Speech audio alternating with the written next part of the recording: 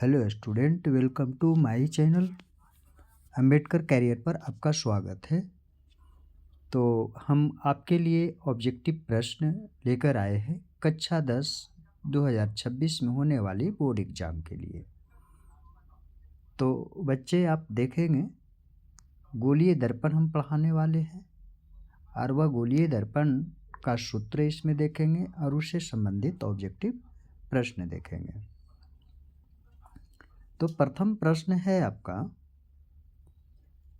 दर्पण का सूत्र होता है। दर्पण का सूत्र होता है option A 1/v plus 1/u equal to 1/f। तो इसका ऑप्शन ए ही हो जाएगा जो सामने दिख रहा है। Option B is a correct answer no.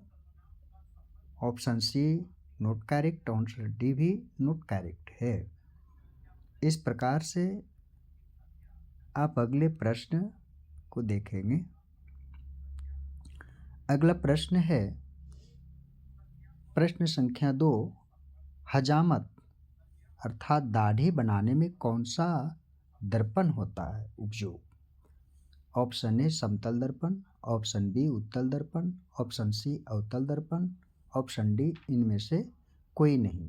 तो हजामत बनाने के लिए अवतल दर्पण का उपयोग होता है। Option C is the correct answer. प्रश्न संख्या 3, गोलीय दर्पण में फोकसांतर एवं वक्रता त्रिज्या के बीच संबंध होता है।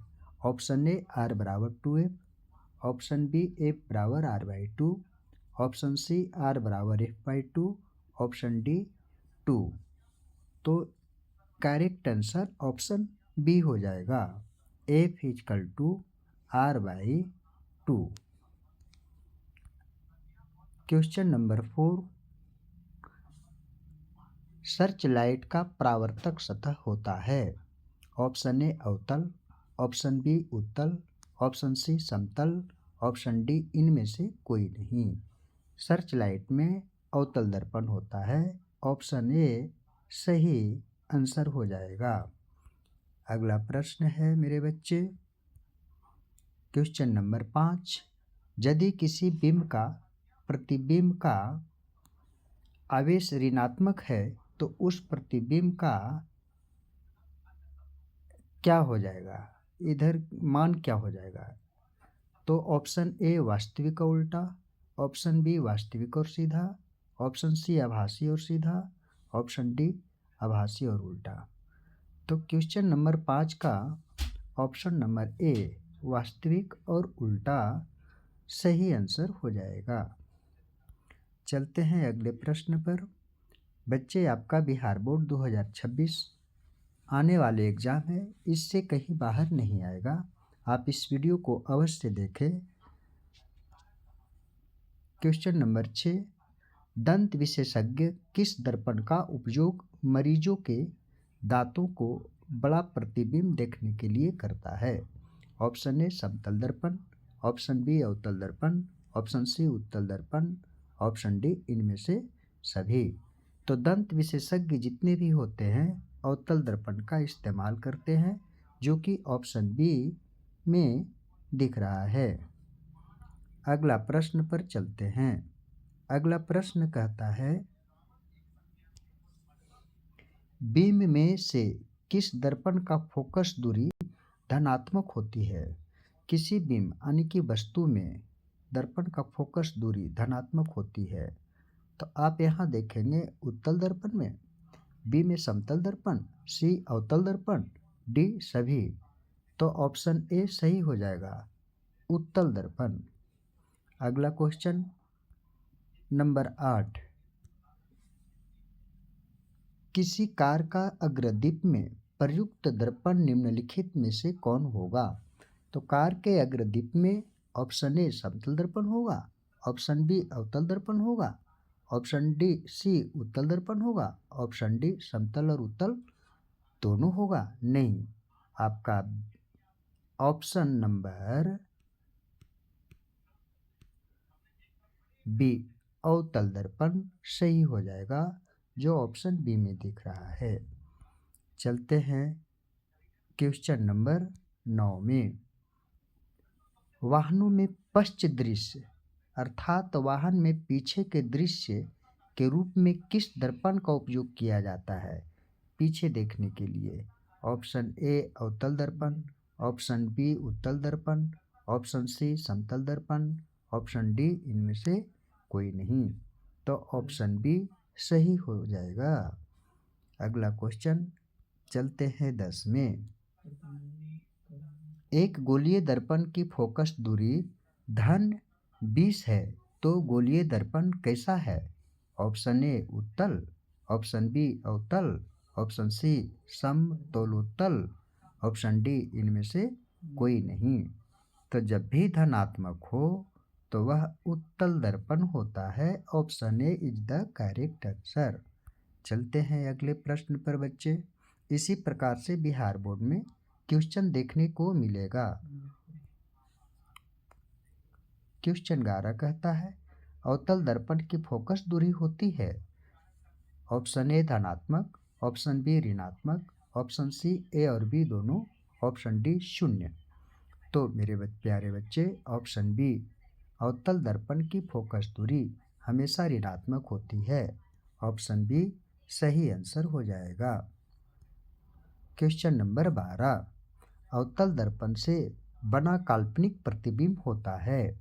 ऑप्शन ए सीधा एवं आवर्धित, ऑप्शन बी उल्टा एवं आवर्धित, ऑप्शन सी सीधा एवं हासित, ऑप्शन डी इनमें से कोई नहीं। ऑप्शन सी सही हो जाएगा। अगला प्रश्न क्वेश्चन नंबर 13 समतल दर्पण की फोकस दूरी होती है। Option A 50 centimetre, option B 100 centimetre, option C अनंत, ऑप्शन डी 0। तो ऑप्शन सी करेक्ट आंसर हो जाएगा। अगला प्रश्न क्वेश्चन नंबर 14 किस दर्पण से हमेशा वस्तु से छोटा प्रतिबिंब बनता है? ऑप्शन ए समतल, ऑप्शन बी उत्तल, ऑप्शन सी अवतल, ऑप्शन डी कोई नहीं। तो ऑप्शन बी उत्तल दर्पण में वस्तु से हमेशा छोटा प्रतिबिंब बनता है। इसी प्रकार से आप आगे वीडियो में बने रहेंगे, क्योंकि बिहार बोर्ड 2026 में होने वाला साइंस में सब्जेक्ट में हमारे इस वीडियो से बाहर नहीं आएगा। चलते हैं क्वेश्चन 15 पे। फोकस दूरी 20 सेंटीमीटर के अवतल दर्पण की वक्रता त्रिज्या होती है। तो आप याद रखेंगे बच्चे 20 को 2 से मल्टीप्लाई करेंगे 40 आएगा। तो ऑप्शन सी सही आंसर हो जाएगा। इस प्रकार से अगला प्रश्न 16 को देखते हैं। उत्तल दर्पण में आवर्धन का महत्तम मान होता है। तो आवर्धन का महत्तम मान option A 2, option B 1, option C 1/2 यानी 0.5, ऑप्शन डी अनंत। तो आप देखेंगे ऑप्शन सी 1/2 अर्थात 0.5 हो जाएगा।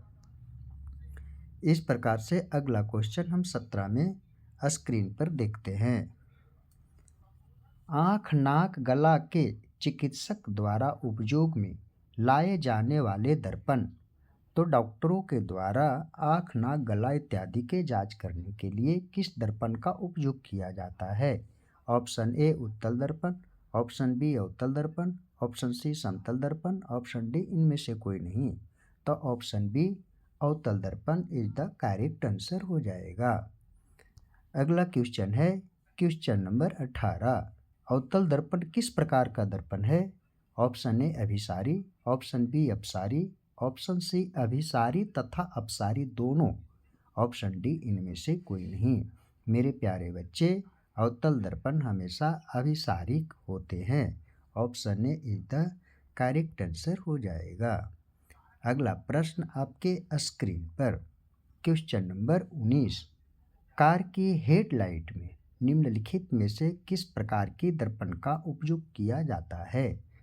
ऑप्शन ए उत्तल दर्पण, ऑप्शन बी अवतल दर्पण, ऑप्शन सी समतल दर्पण, ऑप्शन डी इनमें से कोई नहीं। Option B is the correct answer. Car के हेडलाइट में अवतल दर्पण रहता है। अब अंतिम और एकमात्र क्वेश्चन, क्वेश्चन नंबर 20, आभासी प्रतिबिंब कैसा होता है? ए में उल्टा, ऑप्शन बी सीधा, ऑप्शन सी ए और बी दोनों, ऑप्शन डी इनमें से कोई नहीं। तो आभासी हमेशा सीधा प्रतिबिंब बनाता है। ऑप्शन बी में स्पष्ट दिखाई पड़ रहा है। तो मेरे साथियों, मेरे बच्चों, 2026 बोर्ड लिखने वाले मेरे प्यारे बच्चे, आप इस वीडियो को बार बार देखें और हमारे चैनल को सब्सक्राइब करें, लाइक करें और इसे शेयर भी करें। और इसलिए आप सब्सक्राइब करेंगे, वीडियो डालेंगे तो नोटिफिकेशन आप तक एक बार में पहुंच जाएगी। इस प्रकार से आप देखेंगे कि यह वीडियो आपको परीक्षा के दृष्टिकोण से अत्यधिक उपयोगी होगा। तो आप इस वीडियो को बार बार देखें, ज़रूर देखें, क्योंकि यह वीडियो आपके एग्ज़ाम के दृष्टिकोण से बहुत ही